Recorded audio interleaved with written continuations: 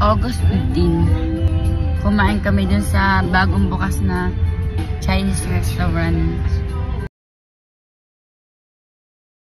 Dito kami kumakain. Try namin dito ngayon. Wala kasi mga bata kaya hindi kami nagluto. 15. Dito kami sa bagong bukas na ano